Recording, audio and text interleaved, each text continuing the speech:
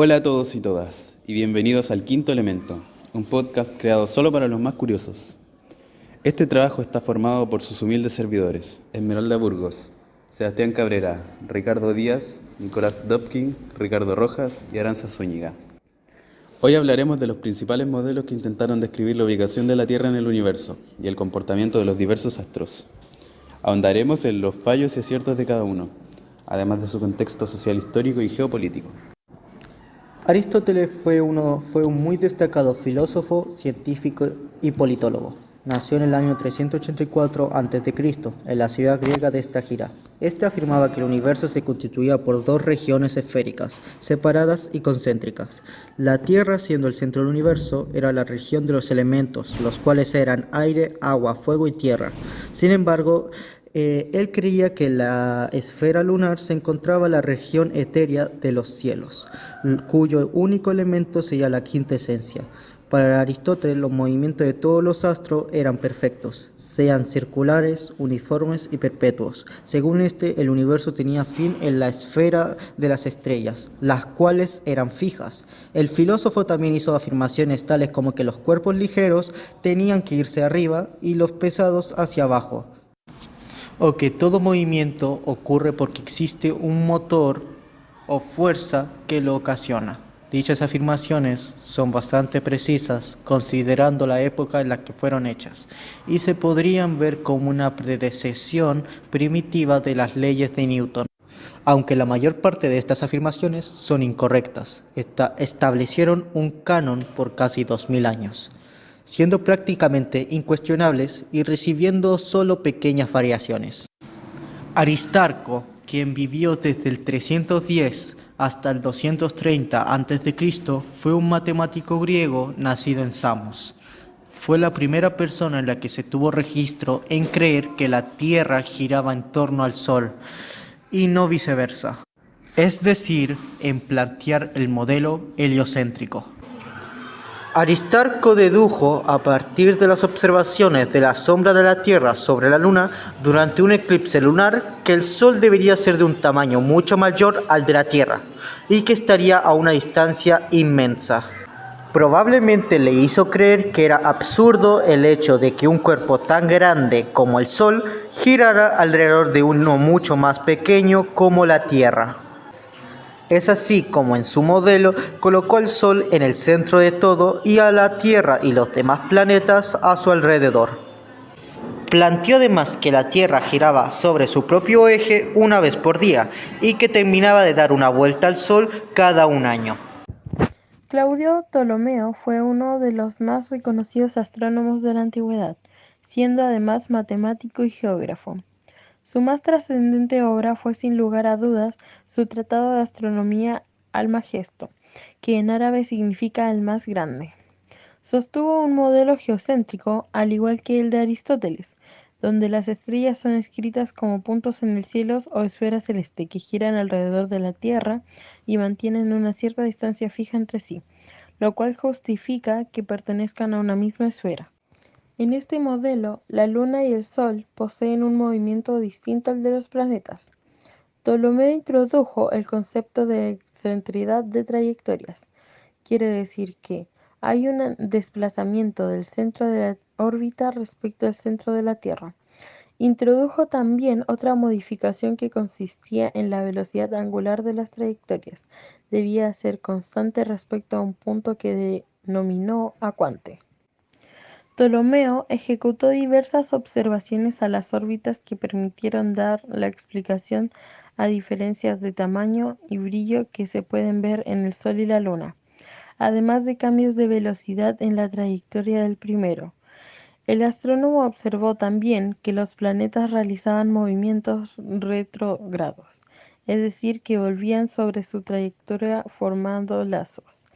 Como justificación de ello, se escudó en un supuesto movimiento compuesto por dos rotaciones.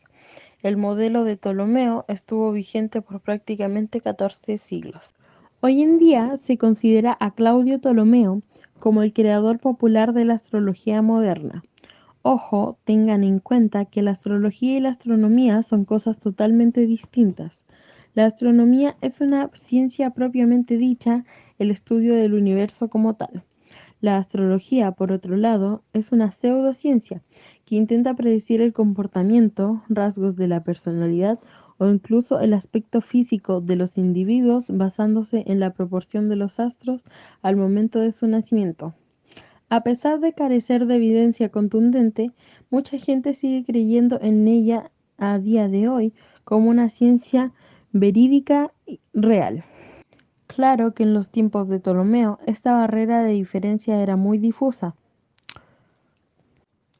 Volviendo al tema central, ¿cómo y por qué es que esta visión geocéntrica reinó por más de 1300 años?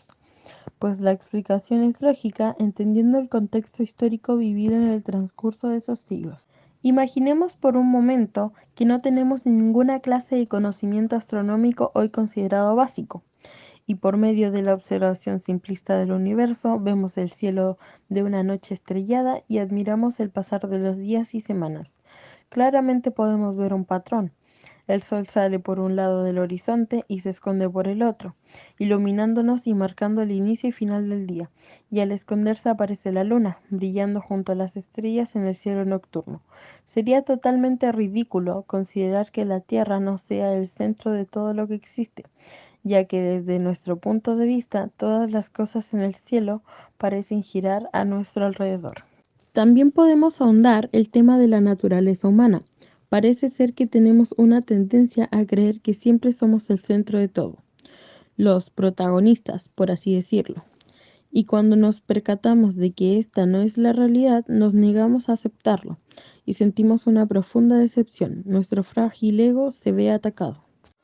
La religión y creencias supersticiosas han tenido un peso inmenso a lo largo de la historia de la humanidad, ya desde Mesopotamia y Egipto, por ejemplo.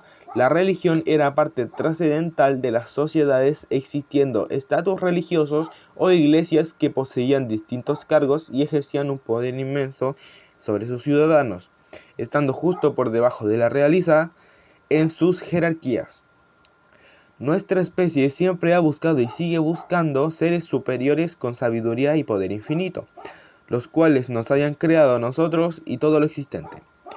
Esta tendencia a creer que hemos sido creados por alguna inteligencia superior sin límites es también parte de nuestra naturaleza. Los humanos fabricamos cosas con nuestras manos que pueden tener algún uso práctico e incluso otras que no, como el arte. Esto desde hace cientos de miles de años. Volviendo a la antigua Grecia, las ideas de Aristarco de Samos fueron demasiado revolucionarias para su tiempo, atentando en contra de las creencias populares, por lo que se fue acusado de hereje y su teoría fue ignorada. Sumado a esto, y como mencionamos anteriormente, prácticamente todos sus escritos se quemaron en alguno de los grandes incendios de Alejandría. Siglos después y durante toda la Edad Media cristiana mantuvo ocultos los vestigios de las creencias de Aristarco. Con el fin de la Edad Media llegó el Renacimiento en Europa, con exponentes como Leonardo da Vinci, Miguel Ángel, Nicolás Maquiavelo, etc. Se comenzó a buscar respuestas a las grandes preguntas del ser humano por medio de la investigación y la lógica, y no solo por explicaciones teológicas simplistas. En todo este auge de nuevas ideas revolucionarias apareció la figura de Nicolás Copérnico, 1473-1543, clérigo de orden polaco y astrónomo, quien se preguntó si sería posible crear un modelo más simple que describiera el movimiento de los astros correctamente. Es así como por medio de diversas observaciones concluyó que el Sol debía de ser el centro del universo y no la Tierra. Ptolomeo había tenido un modelo de este tipo de siglos atrás, pero lo rechazó rotundamente en gran parte por la física de Aristóteles, la cual era prácticamente irrefutable. Siguiendo esto, hasta el Renacimiento, aún se tenía la creencia de que en la Tierra existían 4 elementos: aire, agua, fuego y tierra. Y en la religión de estos cielos del éter, que hasta los tiempos de Copérnico se utilizó para explicar fenómenos como la gravedad o el movimiento de la luz. Este quinto elemento estaba presente en todo el universo, y es que éter proviene de un griego antiguo eider, que significa cielo o firmamento. Es así que Copérnico publicó su teoría, la cual, tremendamente controversial, en 1616 la Iglesia Católica colocó la obra de Copérnico en su lista de libros negros o libros prohibidos, hasta su corrección, por lo que por décadas sufrió una gran censura. Martín Lutero, impulsador de la reforma protestante de la Iglesia, lo clasificó de astrólogo advenecido, un estúpido que quiere trastocar toda la ciencia astronómica. Pero la Sagrada Escritura nos dice que Josué ordenó pararse al sol y no la tierra. Y es que la Iglesia veía su credibilidad e intereses amenazados por estas ideas. Podríamos concluir que el modelo copernicano es a simple vista más simple que el modelo de Ptolomeo, aunque realmente son todos distintos. El punto más alto de este enfrentamiento entre la Iglesia y la teoría heliocéntrica se dio con la llegada de Tycho Brahe, quien vivió del 1546 hasta el 1601. Importante astrónomo danés, observó en noviembre de 1572 la aparición de una estrella en la constelación de Casiopea, la cual llegó a tener la luminosidad de Júpiter o Venus, y con el paso del tiempo desapareció. El astrónomo la observó durante 1 año y medio intentando calcular su distancia por medio de distintos instrumentos, y haciendo uso del método del paralaje. Es ahí cuando cayó en cuenta de que la estrella carecía de paralaje, lo que significaba que estaba a una distancia prácticamente infinita. A través de estas observaciones, Tycho desarrolló un nuevo modelo heliocéntrico y distintos textos que provocaron una verdadera revolución, ya que por primera vez se demostró que la creencia aristotélica de que las esferas supralunares eran inmutables era falsa. Hoy en día sabemos que la estrella que observó Tycho era una supernova, es decir, la violenta muerte de una estrella. Esta fue llamada SN 1562 o supernova de Tycho en su honor. Johannes Kepler, quien vivió del 1571 hasta el 1630, aprendiz de este último científico, nació en Alemania y vivió toda su juventud rodeado por la religión y las matemáticas. Estudió profundamente las órbitas de los planetas aplicando sus conocimientos geométricos y matemáticos.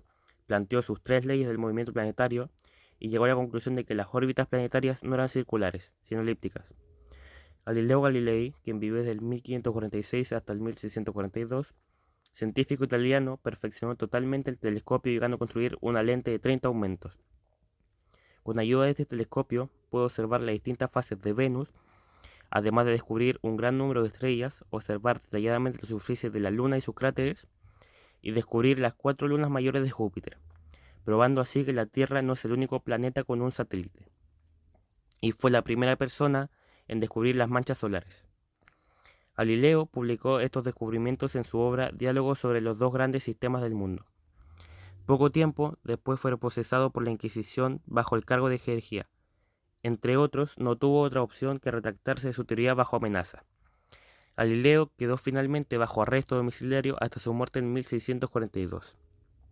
Al año siguiente, nacería uno de los mayores genios de la historia de la humanidad. Hablamos de Isaac Newton. Newton fue un físico, matemático, inventor, teólogo y alquimista inglés al que se le adjudicaban aportes como describir por primera vez la ley de la gravitación universal o establecer las principales bases de la mecánica clásica, por medio de las leyes que llevan su nombre, leyes de Newton. Unificar la mecánica celeste con la mecánica terrestre, es decir, que no solo teníamos una ley que describía no solo por qué las cosas caen, sino por qué también los astros se atraen entre sí, y cómo lo hacen. Además de esto, investigó la naturaleza de la luz y su comportamiento, haciendo el hallazgo de que la luz blanca está compuesta por una banda de colores: rojo, naranja, amarillo, verde, azul, celeste y violeta. En definitiva, la búsqueda incesante de quiénes somos, por qué estamos aquí, cuál es nuestro propósito y qué son esos puntos brillantes en el cielo ha estado con nosotros desde que somos humanos. Ha trascendido decenas y cientos de generaciones que se hicieron preguntas como estas, y al observar hoy en día todos nuestros avances tecnológicos y culturales, podemos apreciar la huella de todas esas personas, todos esos hombres y mujeres que llegaron a sacrificar incluso sus vidas para aportar un grano de arena al gigantesco frasco que es la búsqueda de la verdad, que poco a poco se ha ido llenando. Aún nos queda mucho por descubrir, mucho por explorar y mucho por construir. Estamos a la orilla de un inmenso horizonte cósmico lleno de secretos por desentrañar, y será deber de esta y las siguientes generaciones el tomar las riendas de la verdad.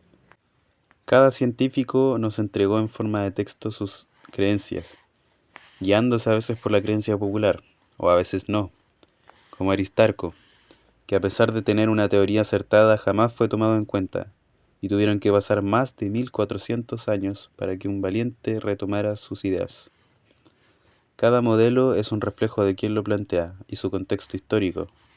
Así podemos ver que en los 1000 años que reinó la Edad Media no hubo más que ignorancia y temor infundido por la religión en el vulgo, lo que desfavoreció profundamente cualquier avance científico. Somos un reflejo del entorno que nos rodea, aunque como también dijo alguna vez Carl Sagan, somos polvo de estrellas. Y hemos llegado al final, amigos y amigas. Aprovechamos de darles muchas gracias por haber escuchado este podcast y esperamos de corazón lo hayan disfrutado. Agradecemos también a nuestra profesora de asignatura, Diana Córdoba, por darnos la oportunidad de crear este bello proyecto. Un saludo y no lo olviden, jamás dejen de ser curiosos.